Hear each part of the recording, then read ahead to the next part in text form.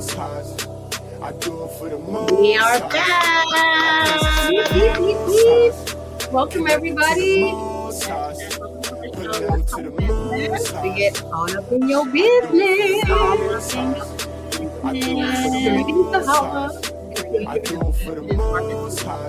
It is Artist Week, y'all.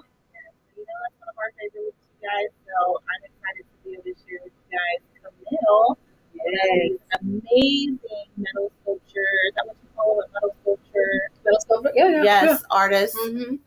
Yeah, so it's going to be an amazing show tonight. So Yeah. before we get into that, where can they reach us? Shout out to Raviel for the music. Shout out to Ravi. And hit him up on SoundCloud, you guys. Listen to his music. He's so dope. Yes, he is. And he brings us in every week, so he got to be somebody. Right. So how you guys can reach us, you guys can reach us everywhere. You know, because I tell you every week that we love to hear from you. So please, by all means, go to AHAVA on the YouTube. Yes. And live chat with us. Or you can go to sourceradio.com and chat with us there too. Because we love to hear your comments. We love to read and get all the good stuff. Yes. And then you can hit us up on Twitter at AHAVA. Yeah, shout out to Twitter. Our Twitter fam, they really be supporting us. Most of our views come from Twitter, believe it or not. That's right. That's right. We love our Twitter people. Yeah. We are trying to get our YouTube fans up. Yes. So Twitter people, if you want to get pot in the replay, go to YouTube and like, share, and subscribe and all those fancy things that they say to do. Yeah. Or you guys, they can even go to, you can hear us on Alexa, Amazon Alexa, or Amazon Podcast. Spreaker, Apple, Deezer, iTunes, iHeart, all the things, y'all. All the things. Yeah, including Spotify. And if you want to reach out to us personally, ask a question or, get some more information about how to be on the show, you can go to AHAVA, the letter K, consulting at gmail.com. There you go. Hit us up. Hit us up. Hit us up. We want to hear from y'all because there's lots to talk about all the time. And shout out to our sponsors, you guys. Yeah. We have some amazing sponsors. We got AHAVA Consulting, which is us together. Mm-hmm. Kai Management, Earth Babies, some wonderful laundry soap, and AHAVA Financial Education, where you can get all your financial needs, and 13 Crystalline. Yes. You can tell them about that. 13 Crystalline, you guys. You can go and get some herbal detoxes, remedies, nutritional consultations, because it is real in these mean streets of germs. Okay. Yes, it is. But we just want to, align ourselves as much as possible and just get the knowledge and education on how to do that. So yeah, and then we got AHAVA Living. I'm really excited about AHAVA Living, you guys. I can't wait to just pour it all out to you. Yes. But what I'm most excited about is that AHAVA Living is going to start a resort, and we have Camille, which is our featured artist, is going to be doing some interior designing, and so we're going to talk about that a little bit later. That's going to be outstanding. I'm so happy for that. And actually, it's interesting. He does so much. Like I've known him for a long time. I've worked with him before. He was actually one of my first, cust clients, as you can call. And but he has branched out into so many different genres, and but he's remained himself, and the integrity of his work has remained there. And I feel like most artists want to be able to be expressive and hit different types of, like be more expansive in their work and have different types of venues that they can choose to express themselves. They just don't know how to do it. But there is a way. And I feel like the first part is just really staying true to yourself as an artist and as an individual.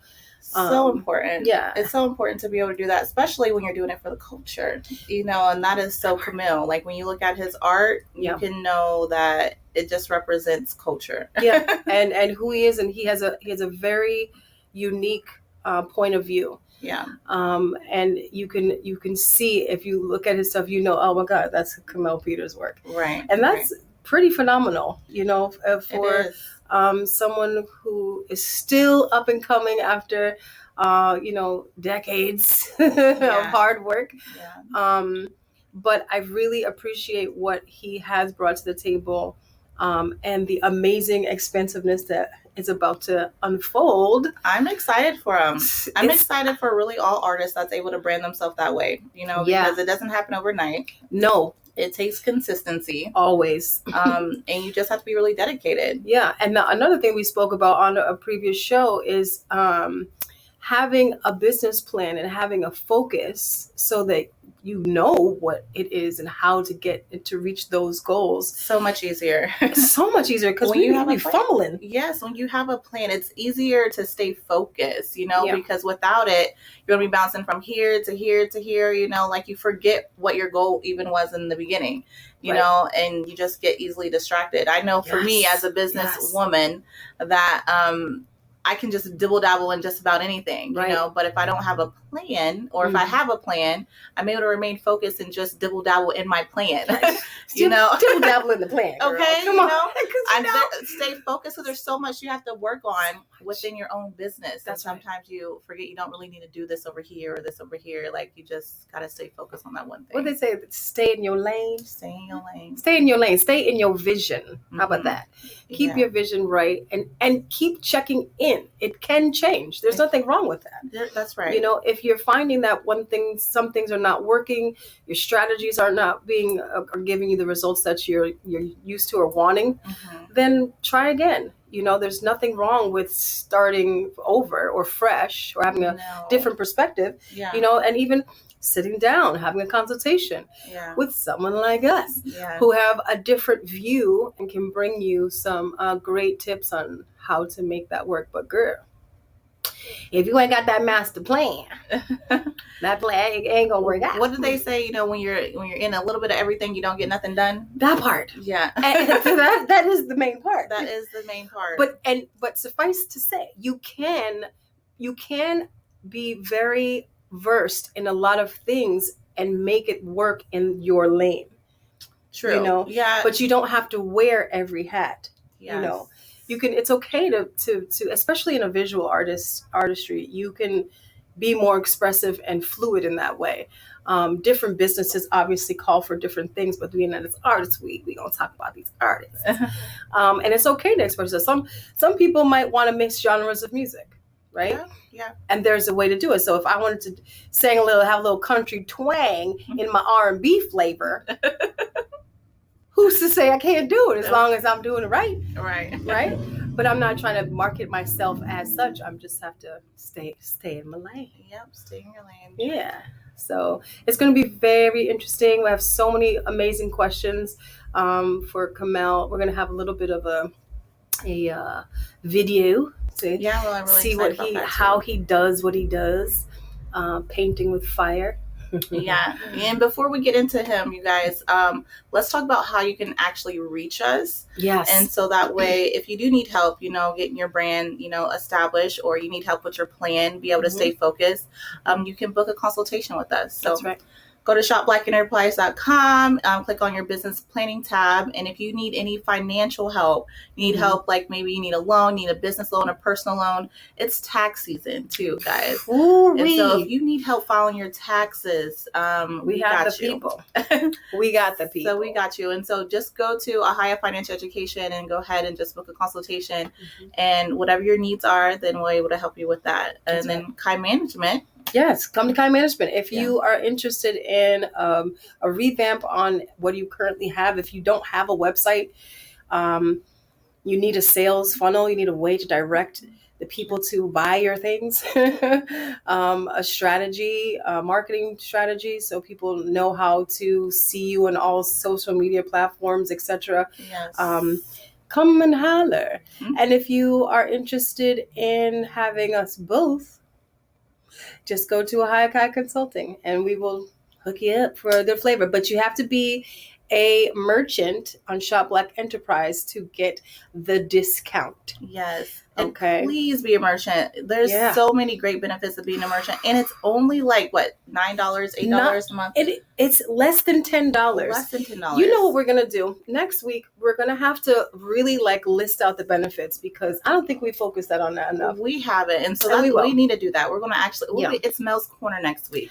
That'd be a perfect time to talk about Shop Black Enterprise, so you guys can really see these benefits, and you need to take advantage, so that way you can get your sales up. You can get your business exposed, and it'll be a beautiful thing. So we'll talk about that next week. Yeah, I'm super excited. Good for you. Now let's go ahead and bring on Camille, you guys. So we're going to go ahead and tap into this video. Noni, I'll let you introduce him because you know him. I don't really know him yet like that. And so tell the audience about Camille Peters. Okay. So Camille Peters, he is a young and upcoming metal sculptor out of Holyoke, Massachusetts, by way of Amherst, Massachusetts. Big ups to the hometown. He is studied and versed in metal and also in in woodworking. Thank you. He studied at the university. I think he didn't go to UMass. He went to Holyoke, I believe. And he is here to tell his story, you guys. He's just a local phenomenon, and he's expanding as we speak. So I will let his video show you how he does his magic.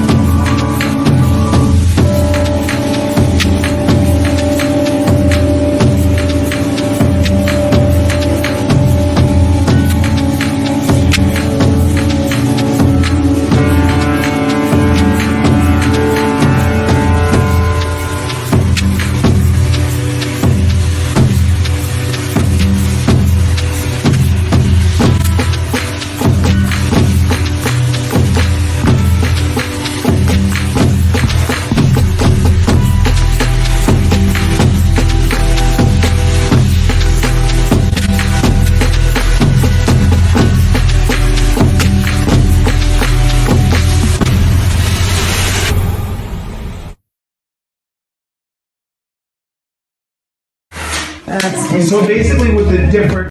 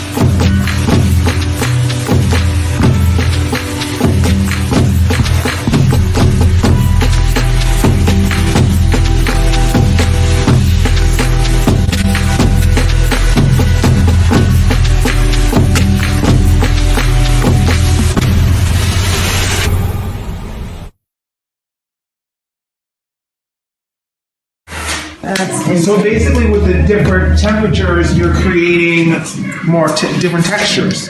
Yes. Painting with fire. That is insanity. Well done, sir. Well done.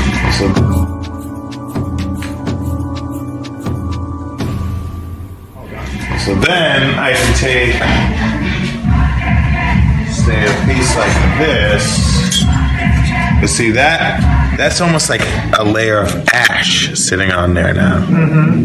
I have to seal that before, if I rubbed it right now, it would leave like streaks and stuff. So basically, you could even do that as another technique. That's amazing. This is the technique, yeah. So cool. Yeah, I'm using paint, but I'm burning it to the point where the fire is leaving a texture. You can't redo that. So then I can shine up behind there, do like a corrosive process that gets behind these marks, and then shine the top up again. Oh, wow.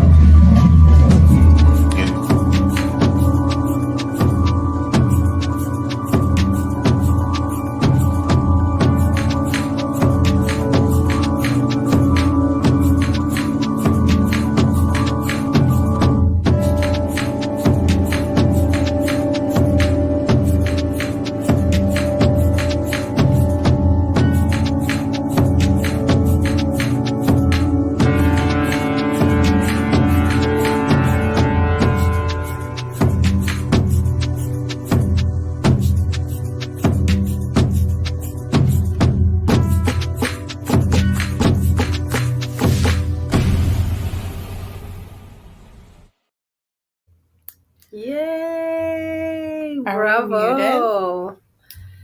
That was Kamel Peters, you guys. And without further ado, my brother, I would love to bring on Kamel Peters. How's it going? Hey, Kamel.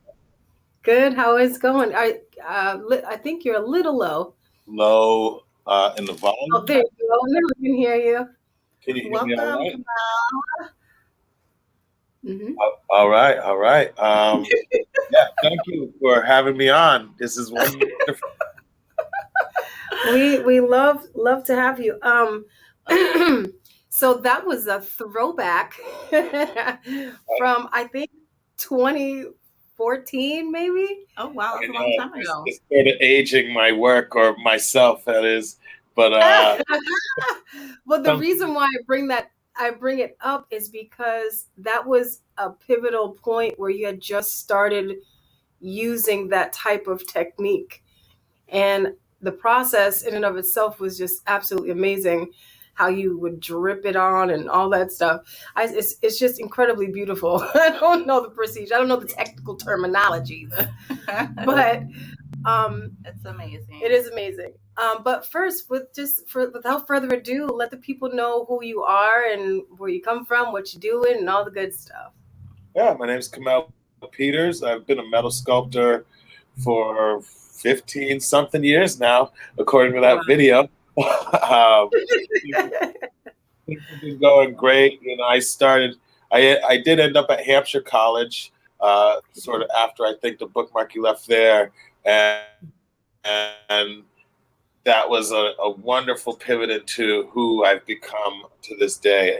As a Baldwin scholar, it gave me a chance to look at the world through a different lens. So creating work that's based in my culture, sort of the homage to who we are. As you can see, everything I do reflects us in our history in many, many ways. So I started working with young people through the Department of Youth Services and other avenues, bringing in young men that were previously incarcerated. I'd become their first reference in many ways, but I started to use the medium of metal to teach a little bit of math, science, and history, just as a hands-on approach, as something, I think our schools deter our young folks, especially the ones that may be getting in trouble. And I relate to that very well. I had some of those same issues coming up. So I felt if there was a way to reach somebody beyond the chalkboard, would it change their view? And being a Baldwin scholar, the whole concept in many ways was, you can teach an old dog new tricks if they were given the silver spoon, although they weren't born with it. The environment change could lend to them taking on anew, and I really did. So I felt working with young people and bringing them into my shop, letting them gain this accessibility that's not really out there, To have a full metal shop like this, it costs quite a bit. It's a bit to maintain it, and to decide that this is what you like to do. Before you spend the money, I want people to, So I've a good 10 years of doing that. I currently have a class with 11-year-olds. I have a class with a group of kids from Hampshire College again. And so it's been, the teaching is always going to be a thing for me. In the future, I'm projecting in the next 2 or so, I'll be looking more towards like a sustainable farming approach.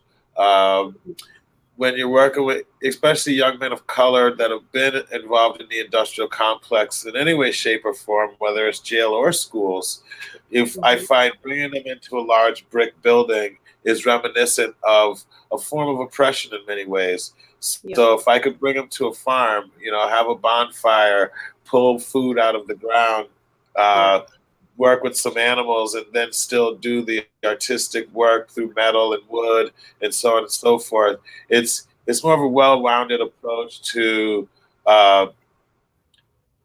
trying to pay homage to our young men, and instead of letting them pass through a program and then on to the next thing. So I love it. That's brilliant. It is. That's wonderful. So my work really consists of anything I can sort of do. It's all fun and games until something, right? Until rent is due. Yeah. Since you've only been doing this for about 15 years, have you? How long have you been? Was you a different type of artist before then, or like what made you pick up metal? So yeah, my mom would say I was a different kind of artist for sure. She was always my biggest cheerleader, greatest representative. Her office space had been my gallery since first grade. So I think she still has a couple pieces, and I'm like, how did you? And it's amazing to see, because that type of support does lead you in a direction. I guess I knew back then that I wanted to be an artist, and because it was constantly honed and shined and polished, through my mother, especially, here I am, all these years later. So I tried many different mediums, from jewelry making, painting, charcoal. Nothing really stuck. When I was doing jewelry, it was too small.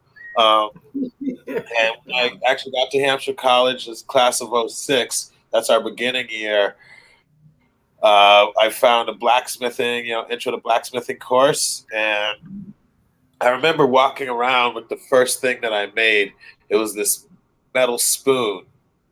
I had it on my inside pocket, my buddy's restaurant, and I'm like, you gotta check out what I made, man. Oh, my dad. And his dad's there, and he's like, yeah, we gotta hook you up with our buddy Wink. I'm like, what? What's that? So this is an old buddy of theirs from Fells Point, Baltimore. And so my first summer, I ended up doing an apprenticeship for the summer with a man named Charles Winkler, who took me from an intro to blacksmithing kind of guy to learning the process of blending steel and cutting and busting stuff up and, really digging in deep. So I'd say he taught me everything I know. And without the opportunity through Hampshire or of Hampshire to generate that, I wouldn't be where I am now. So you have a really... I'm sorry. I was just saying, you have a really unique tool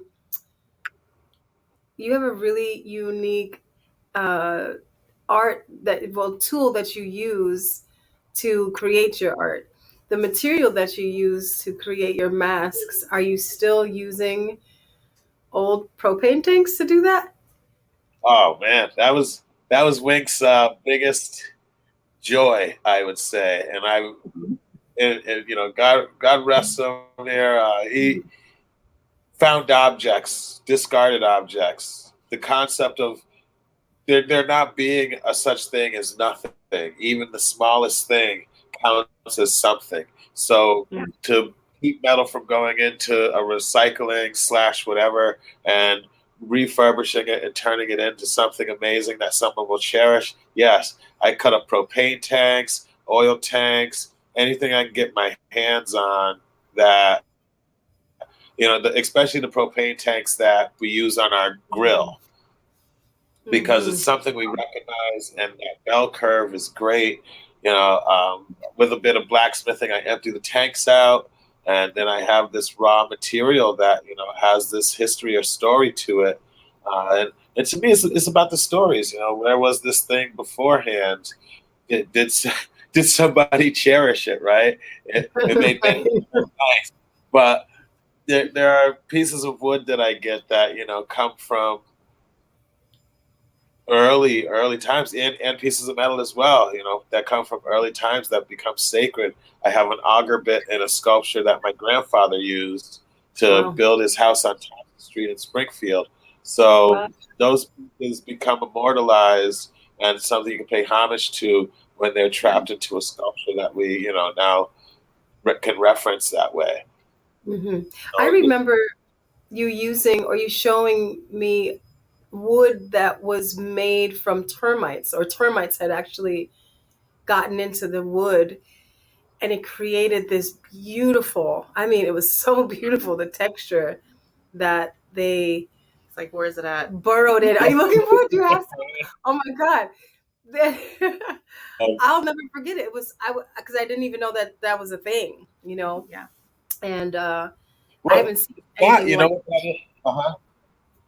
That's something that the logger will throw away, and I find beauty in that mistake. And nature, as magnanimous and awesome as she is, that's something that, how do we put an emphasis on this quote unquote mistake thing to be discarded? I want to highlight that. I want us to recognize that. So I anything like that, Noni, if I get my hands on it, coming with me. And I still have that piece because I'm like, now what do I do with it? Because it's so sacred. Yeah, right. Exactly. And years later, I'm still staring at it. Right. It's hard because it's a one of a kind. It's like, that's so funny. You was telling me, because we have talked for a little bit, about Ohio living, and you was talking about this piece of wood that is very ancient. I know you were speaking a little bit about the wood, but can you talk a little bit more about this culture wood that you also use that takes us back to our roots? Okay, yeah. So this is a southern yellow pine. There's heart pine. There's quite a few. I tend to get my hands on the southern yellow pine. So this is wood that after the Civil War, we reclaimed, or say took back the ammo, the guns, the gold, and the trees. And we shipped these trees up here. Southern yellow pine is it grows a little wider, a little taller, a little straighter. And, trees from that time, the growth pattern was of the rings a lot thicker, so it's a stronger wood, especially for pine in comparison to what we have today. And this is the wood that we use to build the industry that we know. So all the brick buildings of Holyoke and the surrounding cities of Massachusetts and even the surrounding states, when the North built out, I'll never forget my grandmother saying going to Holyoke, Massachusetts was like the Big Apple before the Big Apple was the Big Apple, and we get to go to Holyoke today. Like, what? We'll never fully understand that history, but these beams were chopped out of these trees and became the infrastructure of the brick buildings. And so now that some of those buildings are finally, after all these years, starting to come down, I do what I can to jump in there and grab a few pieces, and I'll turn them into tables, involve them with my art as much as possible. But it tells a story, it tells a story of Elizabeth Freeman and the Emancipation Proclamation, and when that was signed, how that went down for our people, and what that stuff being shipped up here did for industry in general, and this stuff has been cryogenically saved almost, you could say, being trapped in these buildings. And when I pull it out, it might have some lead paint or stuff like that on it, but we have a safe means of removing it, and it just comes back to life, so vibrant and beautiful that I try and involve it in as much as I can. So some of the estates that I've built out through the company Shared Estates, there are a few in the Berkshires that, the dining room table. One is called the Freeman Estate, in homage to Elizabeth Freeman. And I did a large sculpture of her face made out of oil tanks and other found objects. Wow. But the table itself is a 17-foot long, dining room table that is to bring us all together, in that level of such a large supper. But it's this reclaimed wood that came back to life. So Wow. it's like I said, the story is huge for me. That's just amazing. Where is your studio located? Is it In Ludlow, Massachusetts? I was in Holyoke for a little more than a decade. I started off there with a group of colleagues. We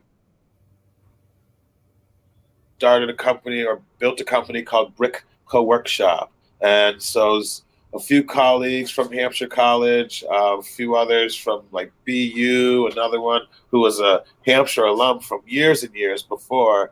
But, we all kind of serendipitously, I'd say that the stars were aligned and we occupied this building space. So we had a wood shop, glass, metal, concrete, machine shop, painters, and you name it. And it started off as a bit of an incubator, I would say, for a business to come in and occupy a smaller space. And as it started to grow, eventually grow itself out of that space and onto wherever it's going to take itself in the world. I actually could say I sort of used that exact model and incubated myself out of my own business.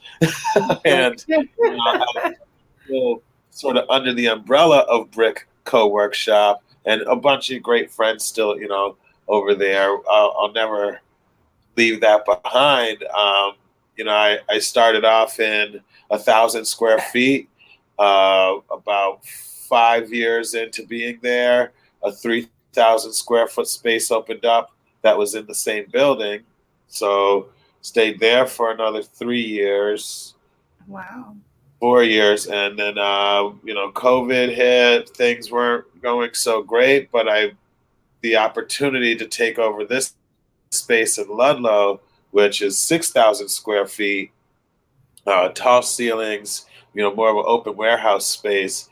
The price was pretty equivalent, and it just made sense. So my business has grown exponentially in the last 10 years to a very oversized space, to say the least. I don't know if you can see it in the back there. Some of the lights are on through that window.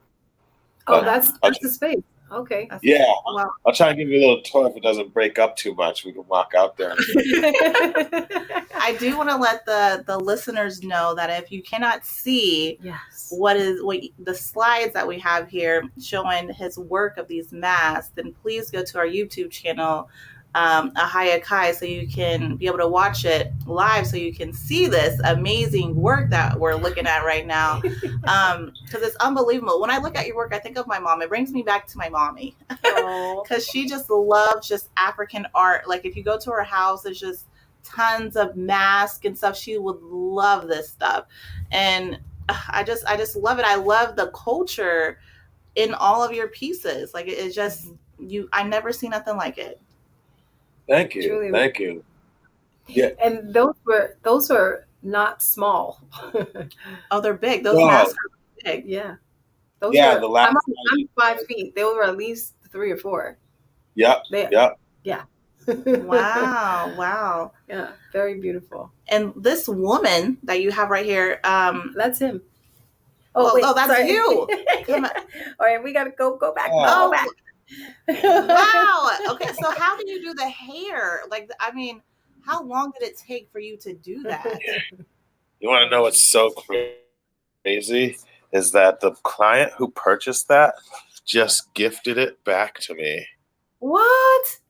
Oh, Yeah. Oh my gosh. It has been gone for more than a decade. He purchased it. This is, at that time, that purchase was such an amazing gift. And so well needed. I mean, I have two wonderful, beautiful children, and we've been living off of this, my business for some time now. And I'll never forget, that was, one of my first bigger sales, and he actually became a client over the course of the last decade. And we're collaborating right now on a very large project that we're building out of my shop space. And he decided, I think I want to give that back to you because you just got to promise you'll never sell it. And wow. he didn't ask me for any money, so I got to say, sometimes it just comes full circle. But this is, when you look, because I like that you have the circle masks right next to it. So those are propane tanks, but this one is also propane tanks, where the first two, it's only 3 or 4 pieces, very simple. This one is about 200 pieces, maybe more. I can't really remember, but it's working the steel, but also cutting it up and welding it back together. The hair is all bike chains and metal rope, which you'll find on the highway. That's so cool. And so it's all discarded materials. It's not a cast, which is, people have asked me before. It's just building from sort of the inside out. The same with the giraffe that's over the head. That started off one piece at a time, sort of slapping them together. You get the nose, and there's this thing, so we could call it a formal language almost, where if those horns with the balls and the ears didn't come out to the side, then it could be a horse. But we recognize once it has that our mind can relate us to it, so. Yeah, that's one of my favorite pieces. I love it. And then we have, go ahead, sorry. Do you still have that piece, or is that sold? The giraffe? Yeah. Yes, I do. And I'm officially selfish with some of that stuff, because, I made that with Wink, or that was like right after. And there's one mask that I made that I wouldn't call it desperation, but, you just start selling stuff. I mean, these circle masks, I've probably made 700 of them at least by now. Each one is its own, but they're that same circle, and they're all over the country.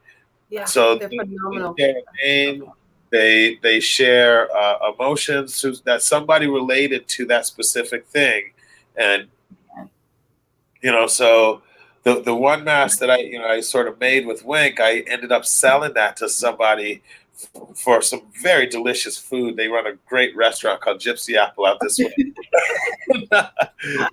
But I think back to it, the food is gone, that mask is still there, and my hands were on it with Wink, So it's all right that it's gone. I know where it is. I love those people, but getting this head back was just, I couldn't ask for more, Yeah. Stuff like the giraffe. And when I think about how much work I put into those, like, the older you get, the more it's like, how do I just more sentimental? Yeah.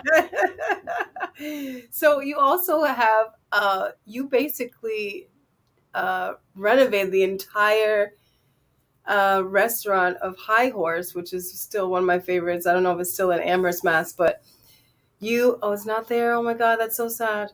It is. I'm crying a little bit. But this is metal and wood right here. Yeah, right? Yeah. Is that all metal? Is that the ship? Oh, the Viking ship. Yeah. So that is a tap system that serves about 35 beers or something. Yeah. And so, he wanted something like a Viking ship. It had to have its functionality to it. And I mean, we miss the High Horse so much. It is now called the Drake, and the person running it is amazing. I mean, they pulled me in to do the new sign. So, unfortunately, in my line of work, I have seen businesses come up and go down. But the High Horse and its legacy, he had a very specific vision, and my type of work was in tune with what he, what Very he much saw. so. So there was lighting and the footrest and book ends, you name it, and he kind of let me go wild in there. So very beautiful stuff. So that just leads me to thinking about how you'd be working with AHAVA living, because just down to the detail, it's just really impressive how you were able to do that. But we do have some tips that we would like to offer, because I know that you have a few different projects that you're working on, and they are all in their own uniqueness, and but they still keep in line with the work that you're doing.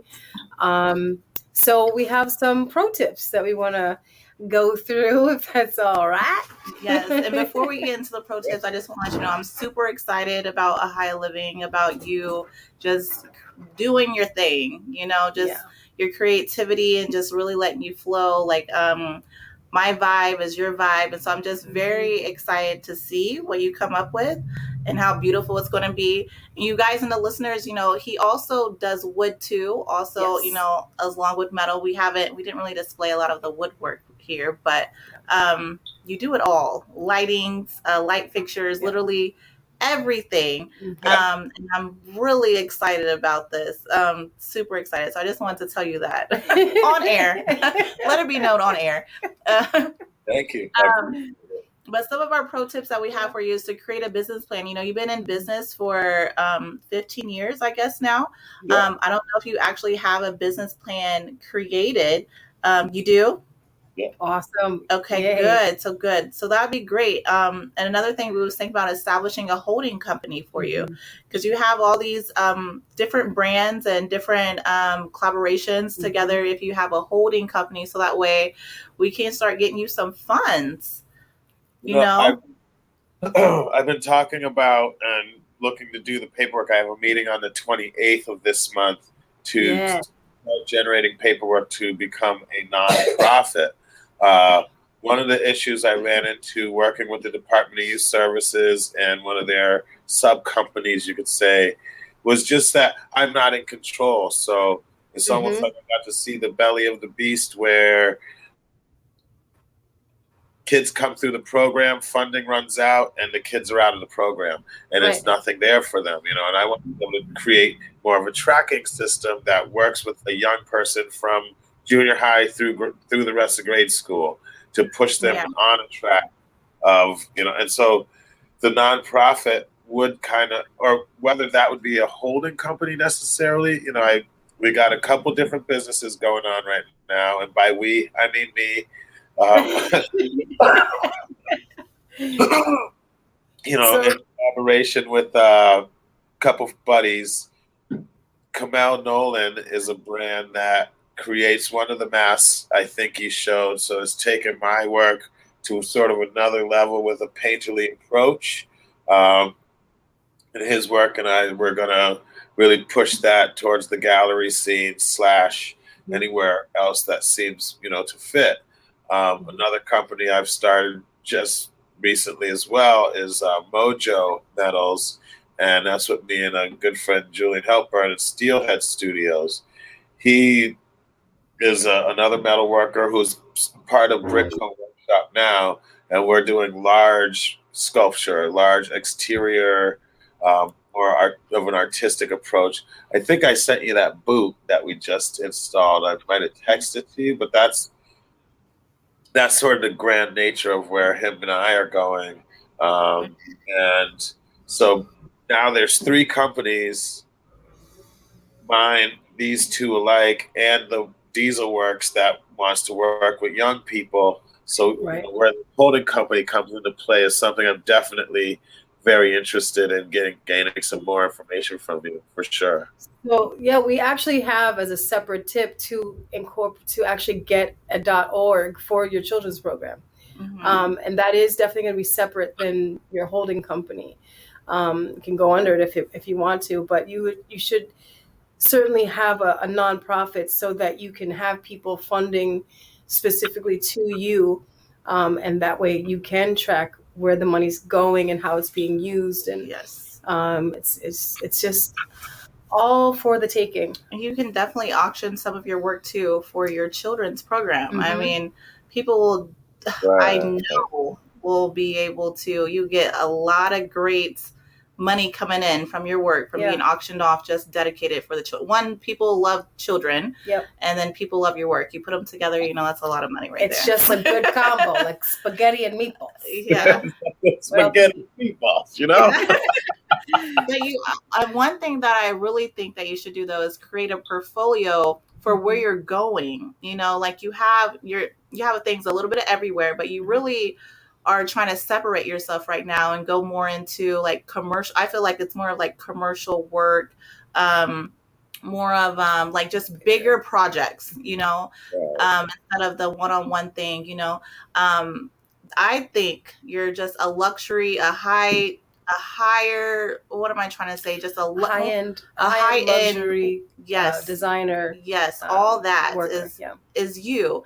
And if you like partnered with maybe some different construction companies that are that the high end, doing like high end things like at resorts or spas or different buildings and the high end buildings, and partner with them so that way you can do some of your work for them. That would be amazing. Yeah.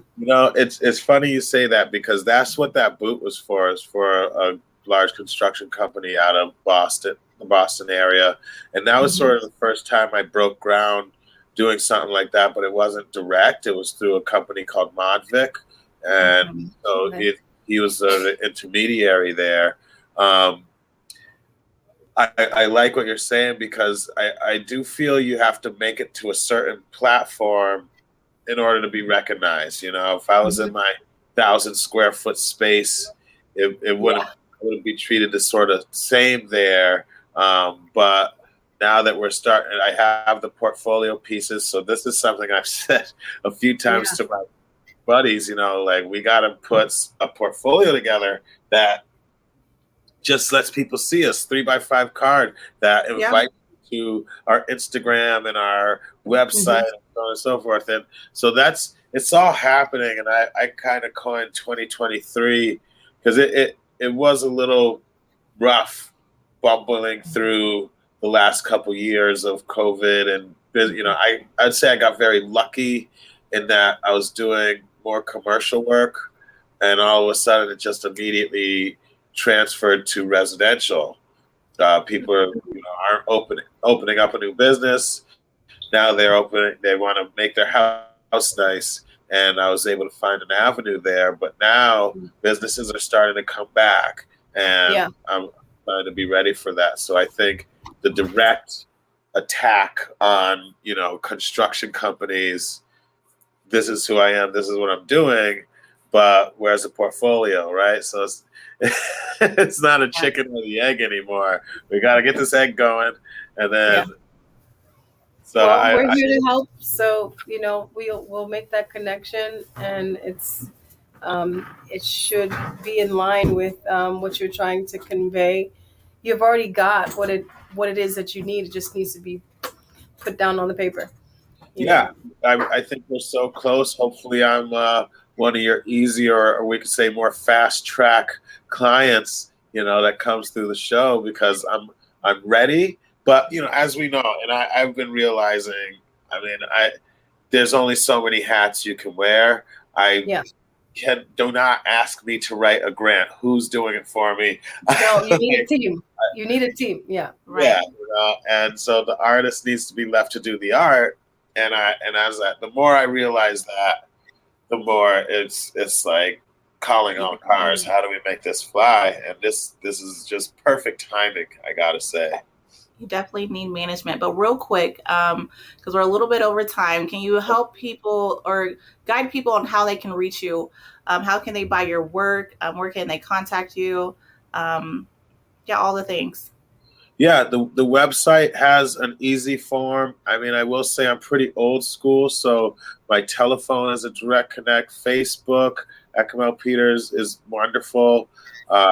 Through Instagram, you can message. I mean, all of these are perfect. If you contact me either way, I'll normally respond with some type of email or something and my phone number, and we'll get on the phone, because I'm old school like that. But these we're gonna have to automate you, because you might have a lot of people ringing up your phone. So. Yeah, well, we might have to. That's right. And also, if people would like to donate, for your art as well, they can at your Cash App, which is K as in kite, M as in Mary, Peters, PE, T as in Tom, ERS, and the number 2. So KM Peters 2 for Cash App, and I think that would send them some donations. Thank you so much, Camille, for joining the show. We appreciate you. I'm sure this wouldn't be the first time that you're going to be on. We look forward to seeing your work and stuff, and the work from AHAVA Healing or AHAVA Living. Then we'll have you back again, so we'll be able to display the whole, make a video or something of it, because it's going to be amazing. That's definitely it. You definitely should have more video. Yeah. Yeah, the time has come. Well, I can't thank you enough for inviting me on the show. It's been a pleasure, and I'm really looking forward to how we can collaborate in the very near future. Yes, thank you so much, Camille. Thank you, guys. I'll see you soon. All right, appreciate you. Have a good one. You too. All right, you guys. So next week we have Mel's Corner. And so we're super excited. Mel's the owner of the radio show, Source Radio Network. We're going to talk about Shop Black Enterprise. Yes, we are. And just pick his brain. Mel is just a genius, you guys, as you guys know. Y'all don't even know. Super genius. He is. And so I'm really excited to pick his brain about that next week, and just be educated. Yeah. I always learn something on Mel's Corner. Yeah. We had a great time today. I'm so excited that you guys joined us. Listen, support the arts, you guys. It is so imperative. Send them a donation, you guys. Yes. Cash App to KM Peters and the number 2. Yes. Go check out his work at CamillePeters.com. Replay the video and our live broadcasting at youtube.com/@AHAVA. All places to the most high, connected to the most high, below to the most high. It's all up in your business. Give it up to the most high. That's a great show.